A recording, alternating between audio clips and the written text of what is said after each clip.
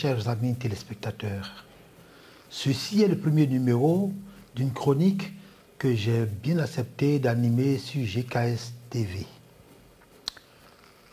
Ce numéro s'intitule « Politique ivoirienne, Guillaume Soro, une voix incontournable ». Oui, je dis très bien une voix incontournable. Pourquoi? Commençons d'abord par admettre une évidence. À partir de 2002 jusqu'à 2010, sous la gouvernance de Laurent Gbagbo donc, Guillaume Soro fut incontestablement la figure politique qui cristallisa le plus l'attention des Ivoiriens et celle des observateurs de l'extérieur. Héros de cette décennie tourmentée de notre pays, je parle de la décennie 2002-2010, Guillaume Soro l'aura été assurément, et au même titre qu'Alassane Ouattara, Henri Konan Bédié et Laurent Gbagbo.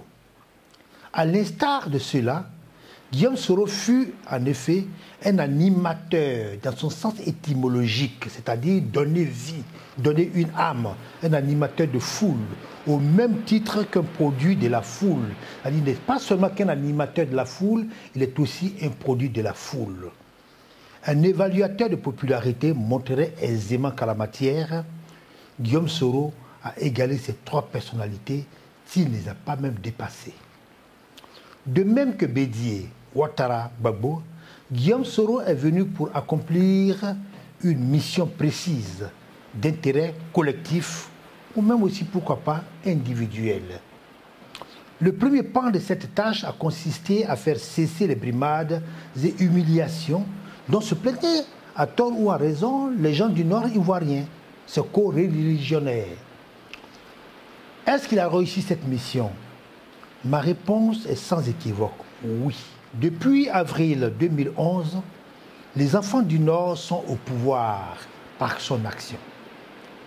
Que Guillaume Soro n'ait pas porté d'armes, ni guerroyé au front, parce qu'il n'est pas militaire, et n'a conséquemment aucun mérite ni responsabilité de premier ordre dans les exploits et les échecs de tout rebelle au front, cela n'ôte rien à l'importance de son rôle dans cette vaste insurrection.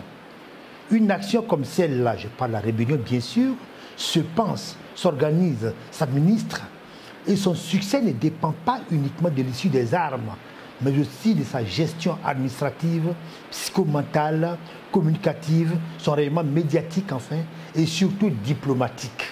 La rébellion a donc donné ou redonné aux enfants du Nord l'assurance et la dignité que des politiques maladroites avaient méchamment altérées.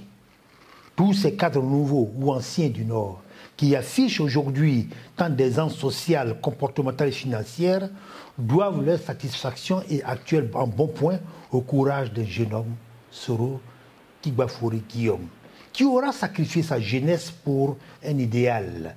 Cet idéal, c'était la justice pour les siens, la justice pour les Ivoiriens, la justice pour tous. Et c'est cela, le personnage héroïque de Soro Guillaume dont je parle souvent. On me comprend souvent, pas moi aussi, sur cet aspect. L'occasion m'est donnée de m'exprimer sur la question. Un héros, c'est un homme engagé et entièrement voué à la cause d'un idéal, individuel ou collectif, mais généralement collectif. Mais un idéal qu'il réussit à faire triompher. Soro a gagné envers et contre tous. Comme surtout ceux d'entre nous qui hier l'avaient combattu sans concession. À ce niveau de mes réflexions, quelques questions cruciales. D'où tient-il cette force et cette foi qui l'ont propulsé au devant de tant de combats syndicaux, politiques et militaires contre des adversités apparemment trop fortes pour ses frêles épaules? Il faut admettre qu'à un stade aussi élevé d'affirmation d'une personnalité, les sciences sociales et humaines, en parenthèse, par exemple, le matérialisme dialectique, la philosophie, les sciences po, le structuralisme, la psychologie, la sociologie, toutes ces sciences ne suffisent plus à expliquer certains phénomènes. Il y a un peu de providence dans la trajectoire de Guillaume Soro. Il y a aussi des faits d'histoire incontestables. Oui, Guillaume Soro, c'est un peu le produit de tout cela. Un produit de l'histoire et de force d'une autre essence. Un tel homme, à mon avis, et je le dis, est loin d'être simple. Les multiples tentatives d'assassinat auxquelles Guillaume Soro a à chaque fois échappé d'une manière qui relève presque du miracle, trahissent la dureté de sa carapace. À peine entamait-il les 30 ans de son existence que sa vie se confondait déjà à une épopée à 4 dimensions, syndicale, politique, militaire et administrative.